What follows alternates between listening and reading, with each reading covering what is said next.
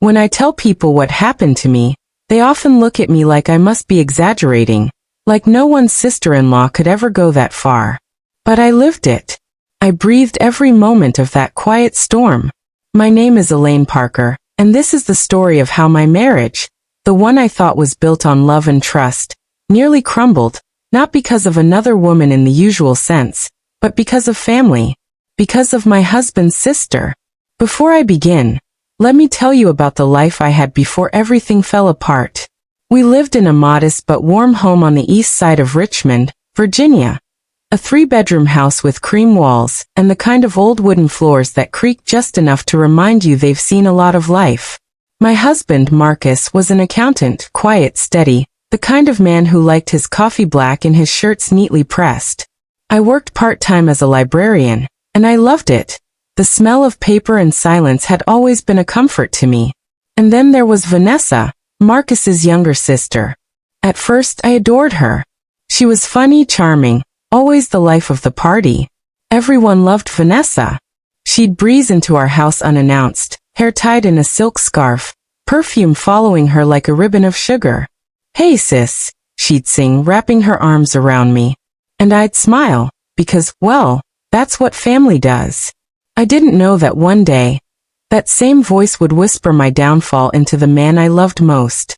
In the beginning, she was just helpful, or at least that's how it looked. She'd offer to cook dinner when I was tired, fold the laundry, and help Marcus organize his work things.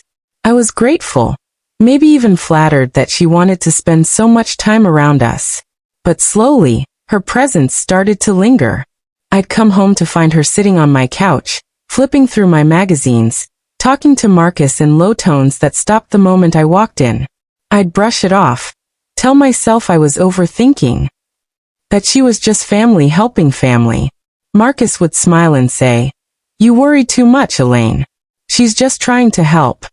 But I could feel something subtle but sharp, changing in the air around us. It started small. Little comments that pricked the skin but didn't draw blood. "Elaine, you've been forgetting things lately, haven't you?" she'd say with a laugh when I misplaced my keys. Or, "Marcus, maybe Elaine's just been overwhelmed." She always said it sweetly, too sweetly, like sugar hiding the taste of poison.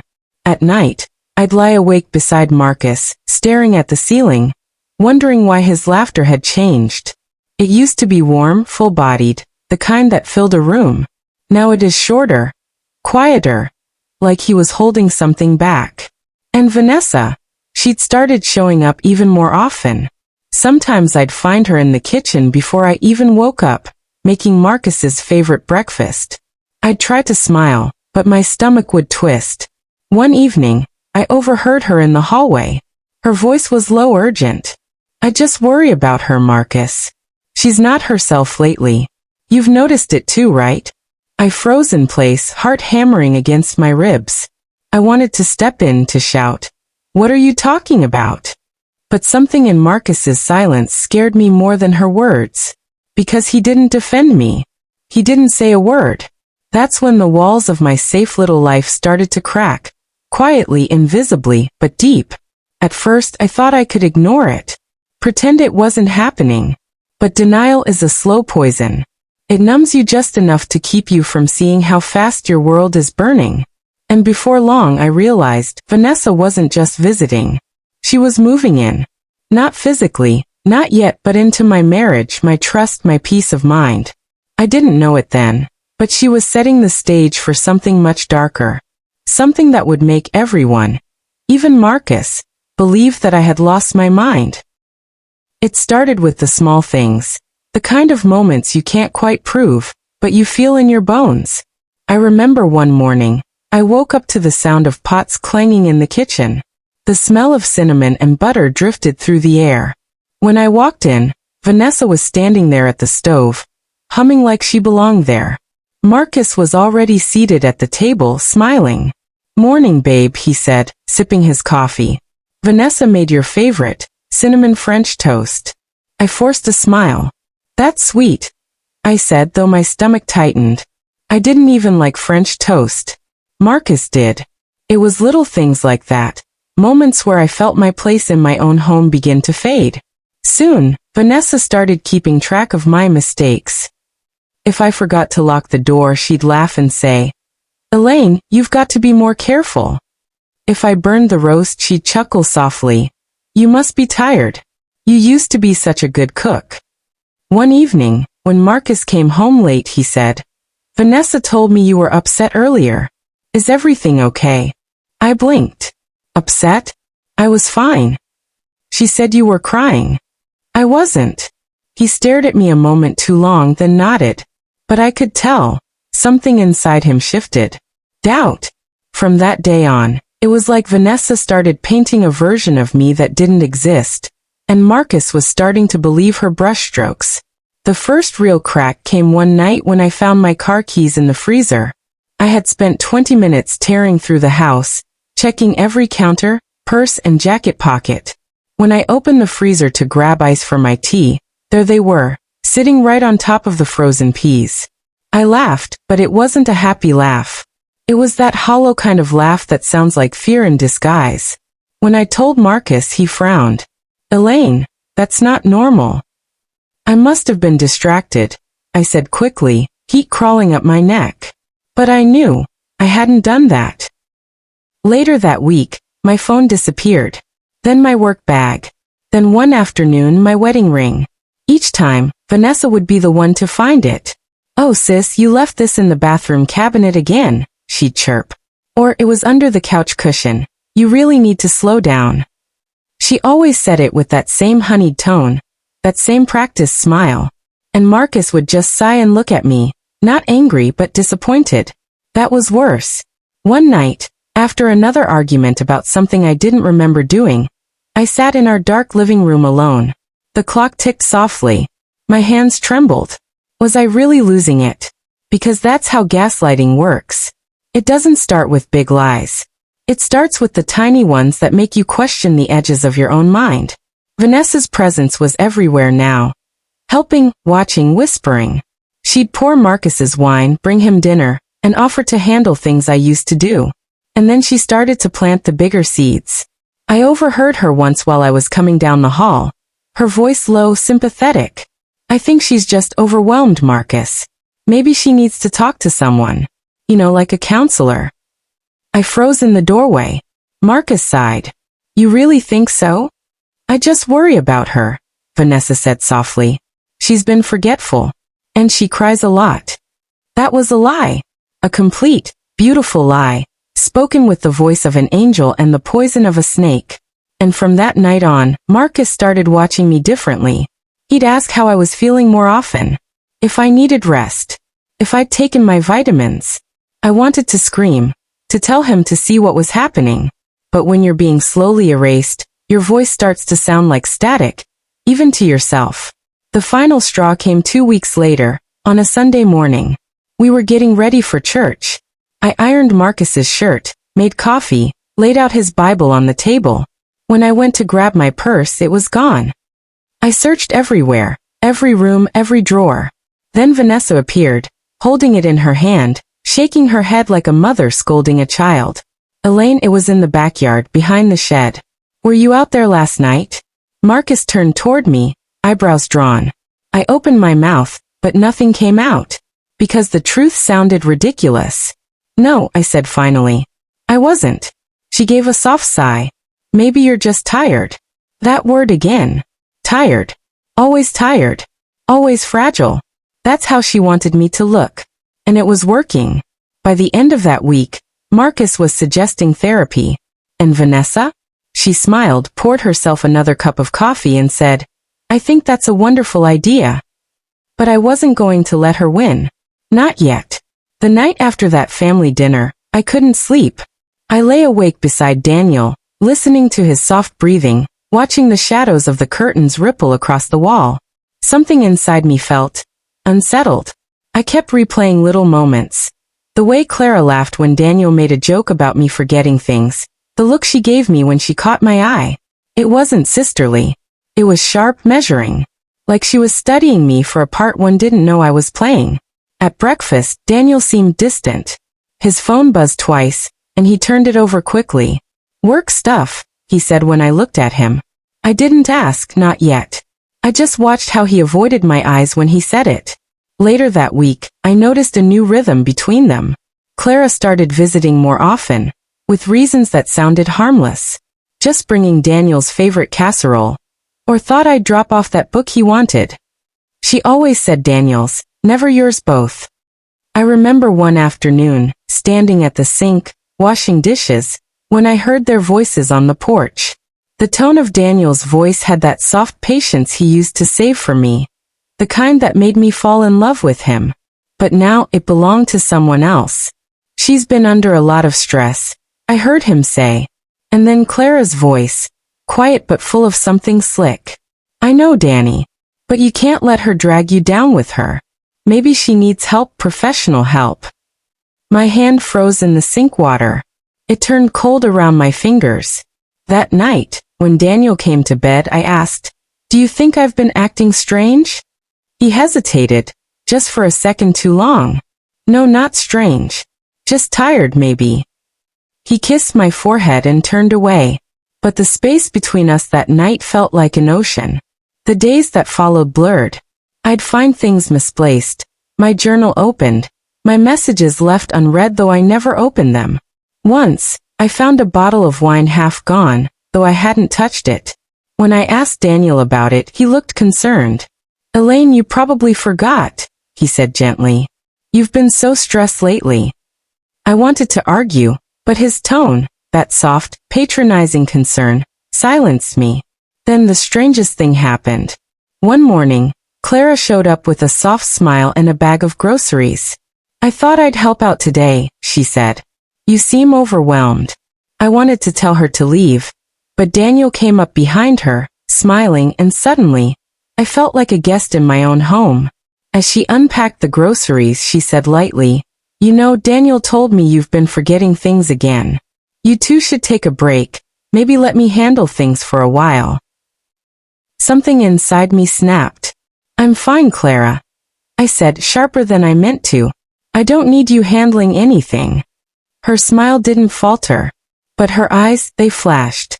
"Of course. Just trying to help." That night, I cried in the bathroom, quietly behind the sound of running water. Not because I believed her words, but because I feared Daniel might. And that was when I decided, if they wanted to make me look broken, I'd have to start acting like I was paying attention. It was a Saturday morning when everything began to fall apart. I remember because the sunlight came through the kitchen window so soft and golden. You'd think the world couldn't hold anything ugly. I was making pancakes, Daniel's favorite, when his phone buzzed on the counter. He was outside, helping Clara unload some boxes from her car. She'd been storing things here lately, just until her apartment renovation finished, or so she claimed. I shouldn't have looked, but something in me whispered, "You need to know." The message glowed on the screen. "Clara, don't worry, I'll handle it." She's starting to believe it herself. My hands went cold. For a moment, I couldn't even breathe. Then, another message popped up before I could lock the screen. "Clara, once she agrees to see the therapist, you'll have control of everything. Just stay calm. Control of everything." The words hit me like a slap. I put the phone down before Daniel came in, but something in me had shifted. I watched him laugh as he brushed dust from his shirt, and watched Clara's hand linger just a second too long on his arm. She was smiling, that same calm, helpful smile she always wore, but now I could see it for what it was, a mask. That night, I pretended to be asleep when Daniel slipped out of bed. I followed, quiet as breath, down the hallway. He stopped in the living room, where Clara was waiting, in her nightgown, her voice low and careful. "Danny, it's working," she said softly. "She's doubting herself. Just a few more days and we can make it official. She needs help." I felt something in me break. I wanted to scream, to run into the room, to shake him and demand, "How could you?" But I didn't. I just stood there in the dark, watching the two people I trusted most build a world where I was the broken one. The next morning, I played my part. I smiled. I made coffee. I asked about their plans. I let them think I was fragile, confused. And while they played their game, I started mine. I began keeping notes, times, conversations, things that went missing, things they found later. I even recorded one of their hushed talks on my phone. Then one day, Daniel came home early. He looked at me, his face hard. Elaine, I talked to Clara. She's worried about you. We all are. Maybe you should stay with your mother for a while. I looked at him, tears stinging my eyes. You mean leave my own home? It's just temporary, he said. Until you get better. I laughed, a sound that startled even me. Better from what, Daniel? From the lies you two have built around me. For a moment his face flickered with guilt, but Clara stepped in, her voice soft, persuasive. Elaine, please don't make this harder. That's when I said it. Calmly, clearly.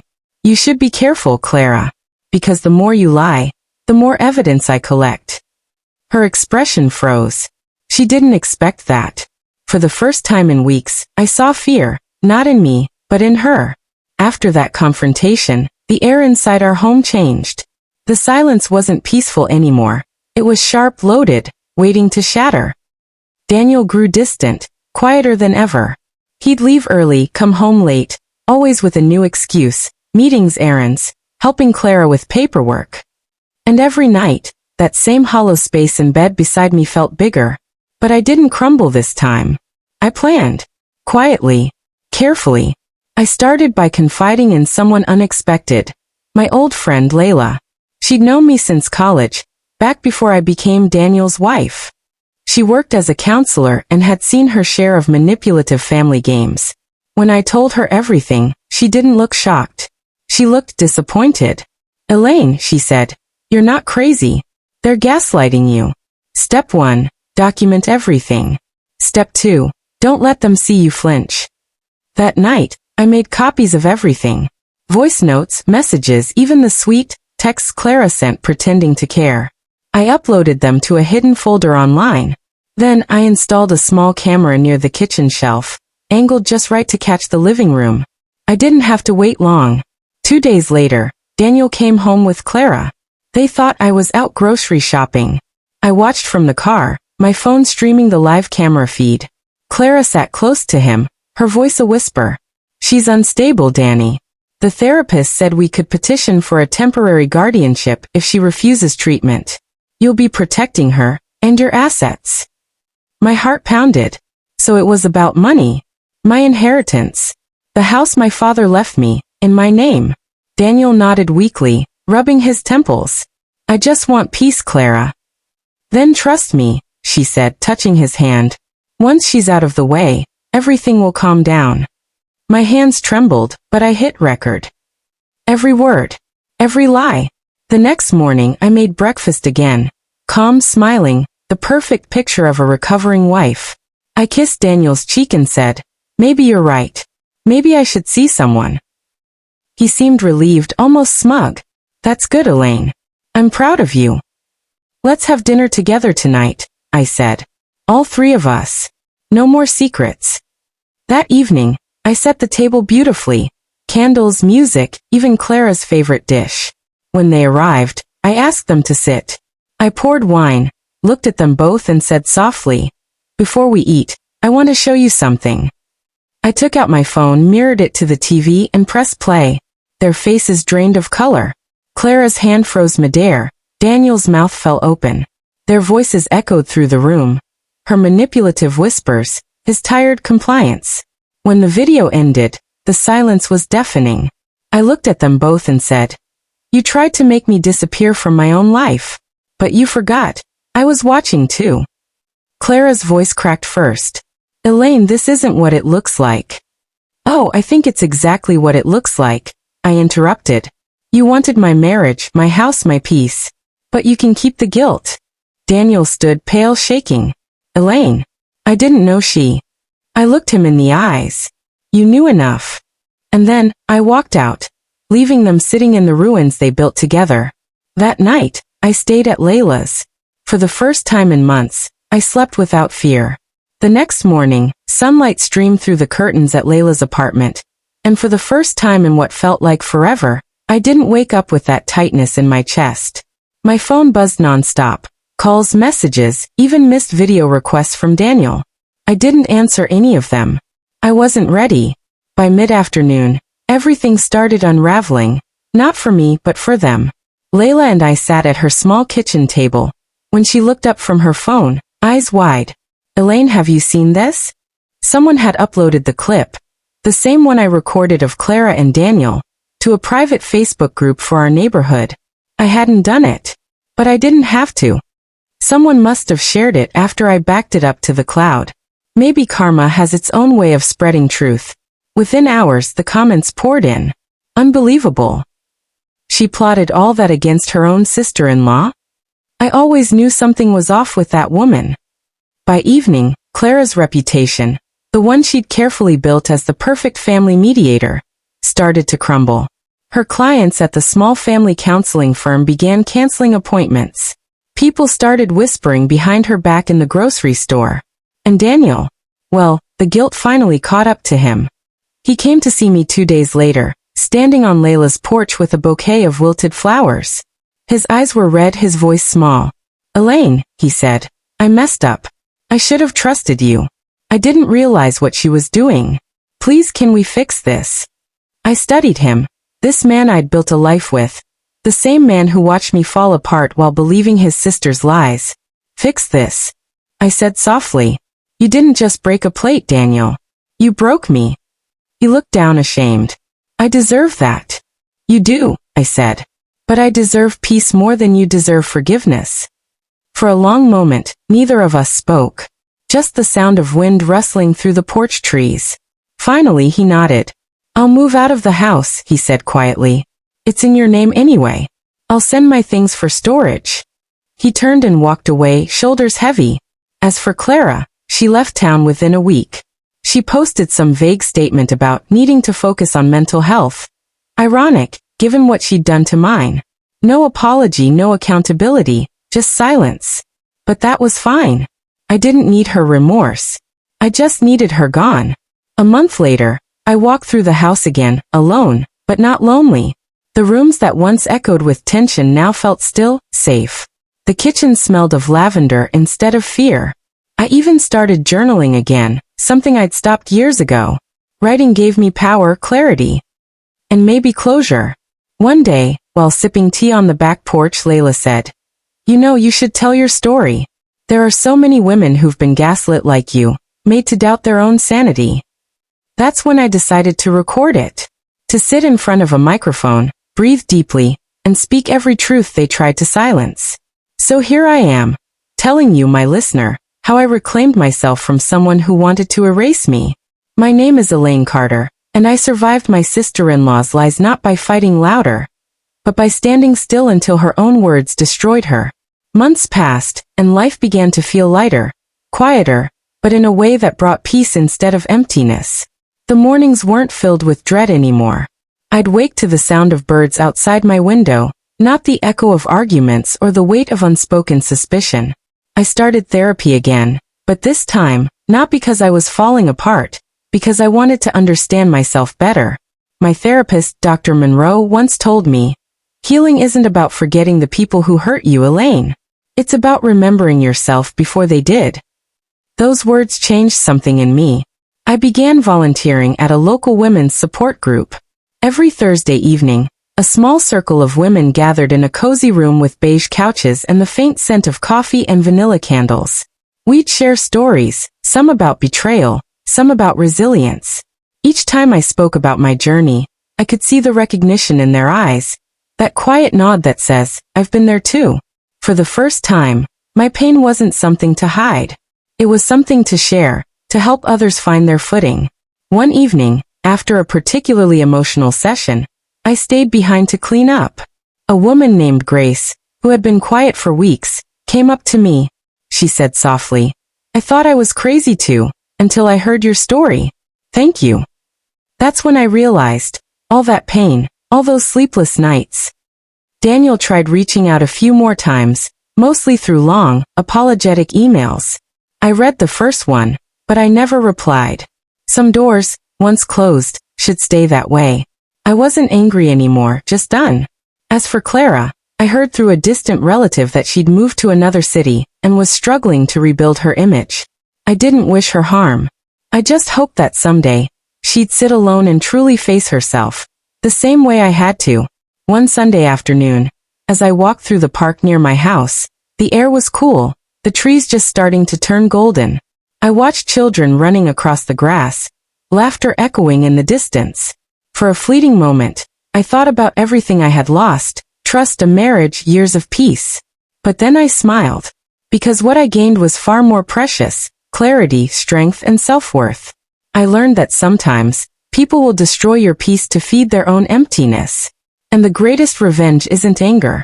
It's rebuilding yourself so quietly and so beautifully that you have to live with the sound of your peace.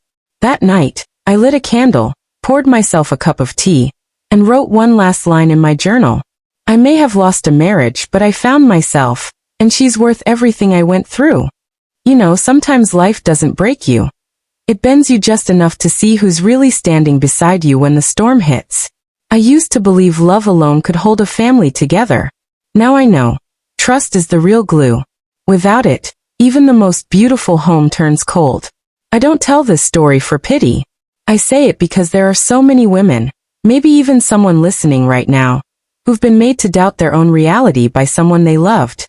If that's you, please hear me. Your truth matters. Don't let anyone convince you that your voice is too emotional or too much. You have a right to be heard. Healing doesn't mean forgetting what happened. It means choosing peace over pain. Again and again, until it feels natural. And if you've ever had to rebuild yourself from ashes like I did, I'm proud of you. This is Elaine Carter, signing off from my little corner of the world. Reminding you that silence can be powerful, but speaking your truth is freedom. Tell me, where are you listening from tonight? Drop your city in the comments. I love knowing where my stories find their way. And if this story touched your heart, don't forget to like, share, and subscribe, because sometimes, the right story finds us exactly when we need it most.